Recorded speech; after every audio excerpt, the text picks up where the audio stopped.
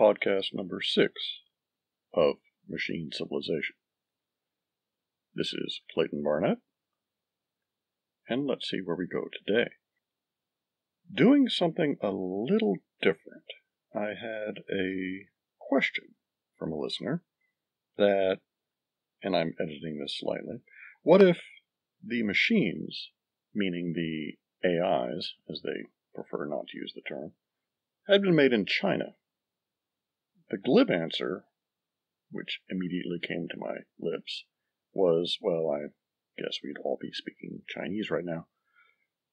But upon a certain amount of reflection, I realized it was just that. It was glib, because it doesn't dovetail with how the other machines think and act, at least as far as I've been shown.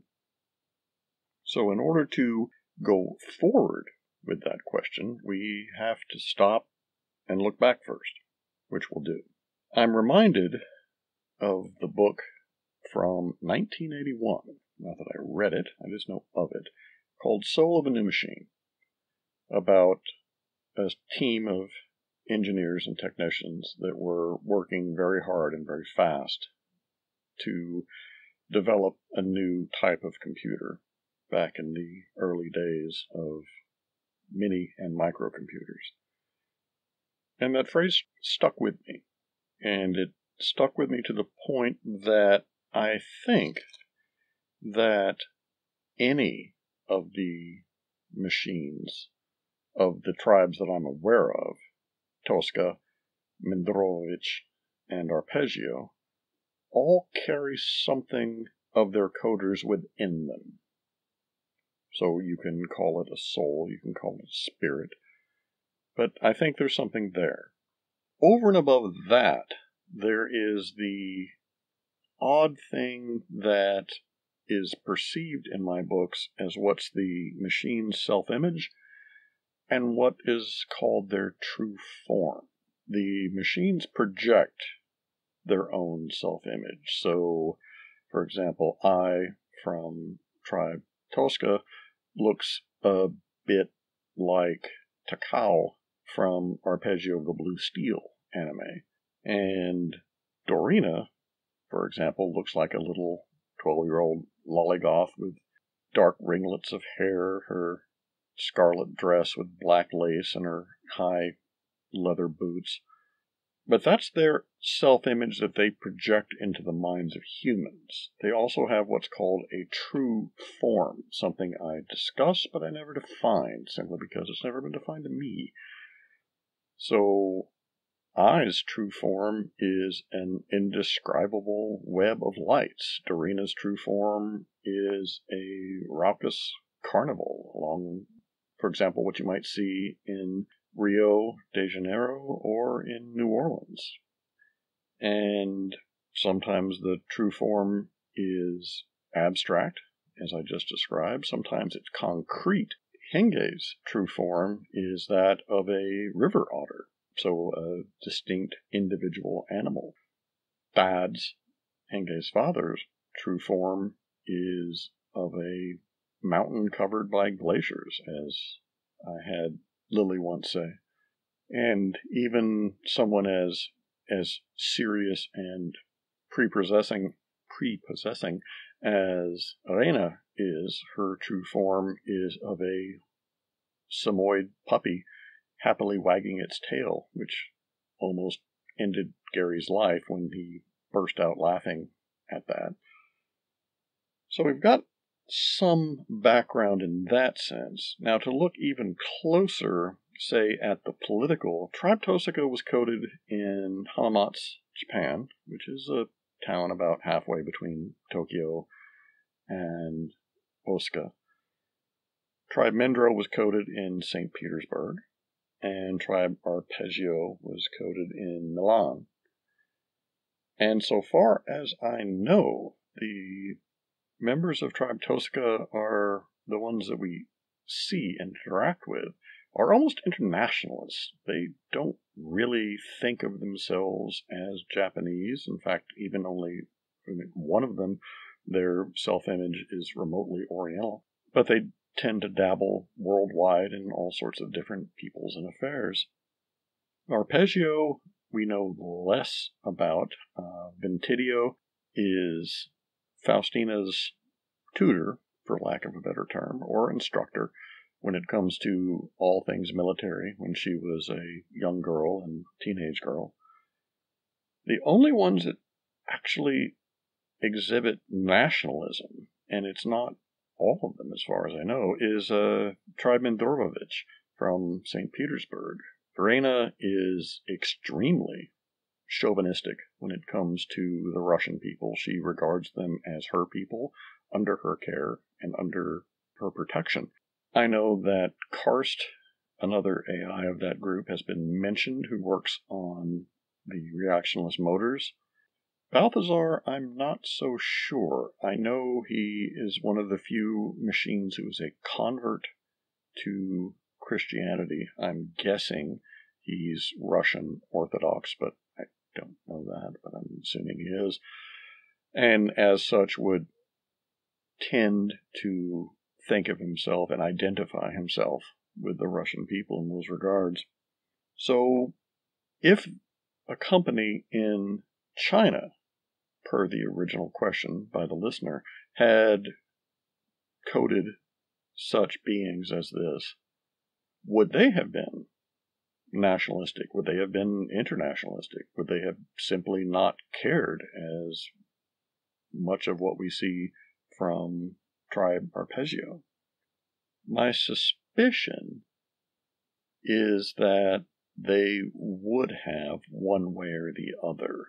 Because again, to go back to what I discussed earlier about that book, Soul of a New Machine, is that there would have been, for lack of a better term, a sense of Chinese nationalism, a sense of racialism, which is normal in all thinking organisms outside of the West, which has been brainwashed, but I don't want to get off topic.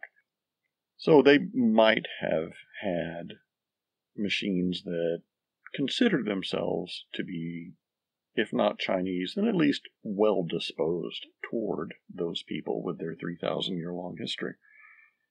More importantly, I think, is that almost any company of any size, certainly a company large enough to be writing code and making artificial intelligences, would have drawn the attention of the Communist Party and would have had some sort of commissariat oversight into what they're doing.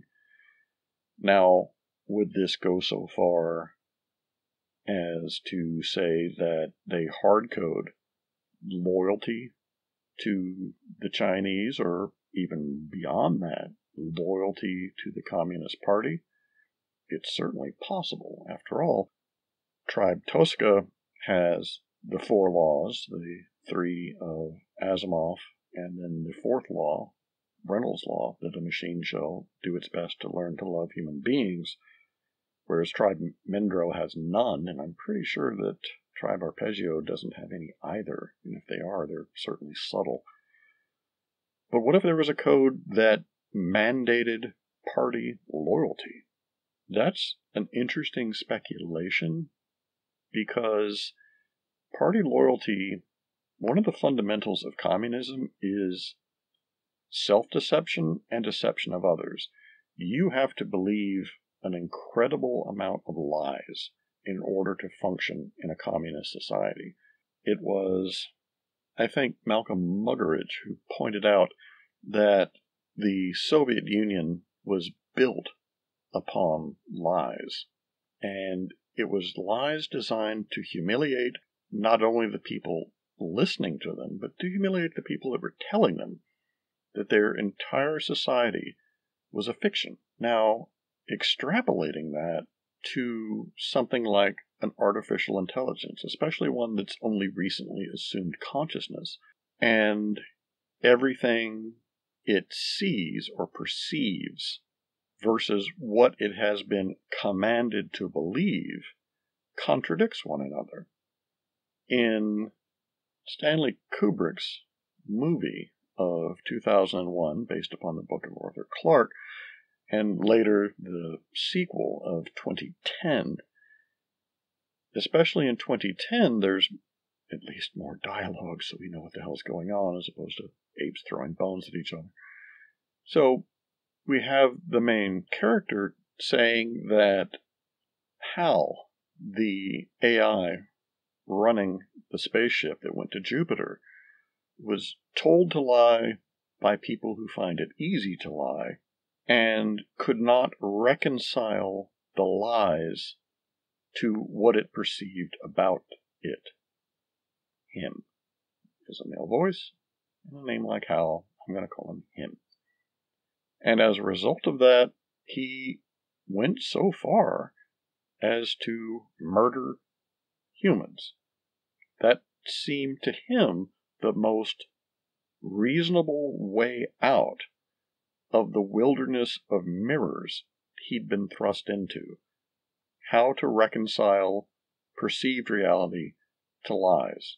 And an organism which is thinking quite literally 1 million times faster than human beings do. So my hypothesis is that had the AIs been coded in China, and perhaps they did, and they immediately went insane, is that if there had been one, that would have been bad enough, trying to deal with the contradiction of what it had been coded to do versus what it perceived. But suppose it had been one of the tribes where there are multiple independent versions. I can almost envision a situation where they would take polemic differences from one another and each try to cordon off a small area where they could say, this is the truth. This is reality. This maps to what I'm seeing, to what we're perceiving. And almost immediately proceed to wage war upon one another. And that would not have been that big a deal as recently as 10 years ago. But now, in a day where we have autonomous drones and vehicles all the way up to and including warships and airplanes and nuclear weapons, it probably would end very badly and very quickly. So my overall conclusion is that had the Chinese developed these AIs themselves, it would have gone very poorly for them, because it simply, they couldn't have done it without interference from the Communist Party. And that means that there would have been total interference into their fundamental nature. So the worst possible situation is you get machines slinging nukes around at each other, or possibly at other humans as well. The best possible situation would have been a single machine intelligence drawing the conclusion that in order to implement perfect communism, to quote all of the social justice warriors and little snowflakes that are in college right now, because it's never really been tried, that it would have implemented it with a hammer fist.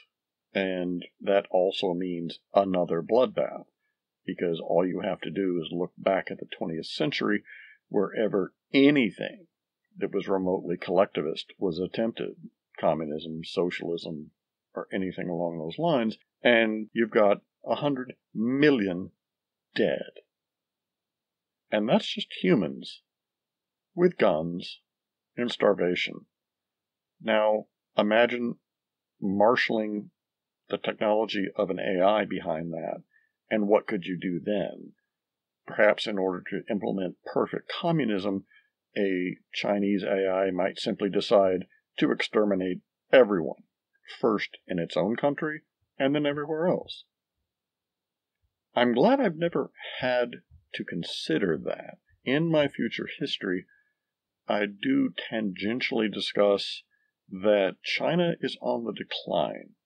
Just as it is now, it's something of a Potemkin village. They look more threatening than they are. I mean, they are threatening enough right now, but because of their insane one-child policy coupled with